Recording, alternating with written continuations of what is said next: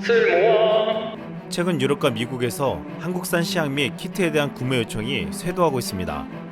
그런데 한국산 키트를 수입하는 한 유럽 국가에서 반드시 메이드 인 코리아를 표시해달라는 부탁을 해왔습니다. 현장에서 다른 나라 제품을 써봤지만 분량이 많다는 이유였습니다. 또한 국내 기업의 모든 생산 물량을 달라고 요청하기도 했습니다. 24일 국내 진단키트 수출기업 관계자는 현재까지 독일과 프랑스, 헝가리, 폴란드 등 유럽 10개국 정도에서 진단키트 요청 연락이 왔다며 어떤 국가는 다른 나라의 제품 품질이 상당히 떨어진다며 제품에 메이드 인 코리아 표식을 꼭 해달라고 했다고 밝혔습니다. 이미 한국에 진단키트를 수입한 아랍에미리트를 시작으로 루마니아가 2만 개, 콜롬비아가 5만 개를 수입하기로 했습니다. 또한 이제 중남미를 포함해 전 세계 나라들이 한국의 진단키트를 신뢰하며 다급히 보내달라고 요청하고 있습니다. 미국 CBS는 한국이 전쟁에서 승기를 잡는 교과서를 보여주고 있다며 3월 23일 한국은 64명의 환자 수를 보고했다고 밝혔습니다.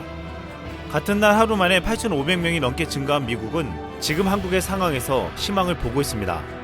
CBS는 6억 명의 국민을 끌고 가거나 집에 가두는 락다운을 수행한 중국과 달리 한국은 락다운 없이 이 전쟁을 이길 수 있다는 것을 보여주었다고 했습니다.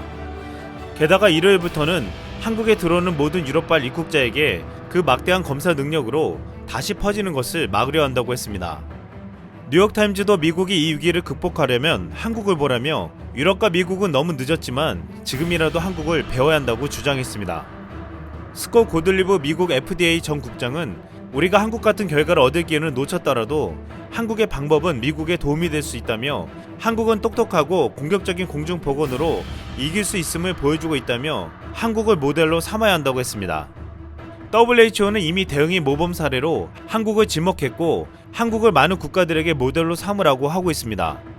지난 19일 WHO는 긴급 방안에 서울 의료원을 찾아 진료 시스템과 데이터 관리를 집중 살펴보며 노하우를 전수받았습니다.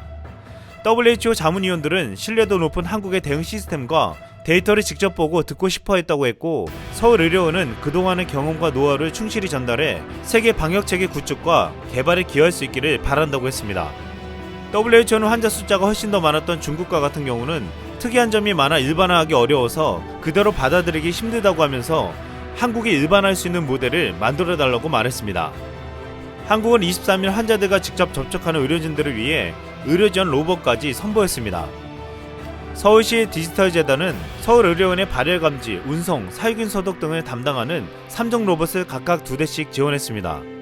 자율주행 기능이 있는 운반 로봇은 위험한 물질이 묻어있을 가능성이 있는 의료 폐기물들을 운반해주고 살균 로봇은 구석구석을 소독해서 30초 만에 위험인자를 99%까지 없앨 수 있다고 했습니다. 이 로봇은 앞으로 의료시설 외에도 공공기관과 각 지자체에 잇따라 투입하면서 효율적인 작업을 해나갈 예정입니다. 한국은 드라이브스루, 워킹스루, 병상관리뿐만 아니라 로봇까지 등장시켜 첨단 대한민국의 위용을 드러내고 있습니다. 유엔 환경기획 사무총장 에릭 소라임이 올린 한국의 워킹스루 영상에는 놀라운 댓글들이 달렸습니다. 댓글 중에는 이탈리아에 사는 사람이 자신의 딸이 한국에 유학 중인데 거기에 있어서 다행이라고 했습니다. 그러자 에릭 소라임은 따님이 한국에 있다는 걸 기뻐하셔도 된다며 현재 지구상에서 가장 안전한 곳 중 하나라고 댓글을 달아줬습니다. 댓글을 단 사람 중에는 미국인들이 가장 많았는데 왜 미국은 이 같은 검사를 못하냐며 트럼프가 관련된 회사의 이익을 위해 움직이기 때문이라고 비판했습니다. 한 미국인은 미국에서 워킹스루를 하면 문을 여는 데만 $50를 지불할 것이라고 했습니다.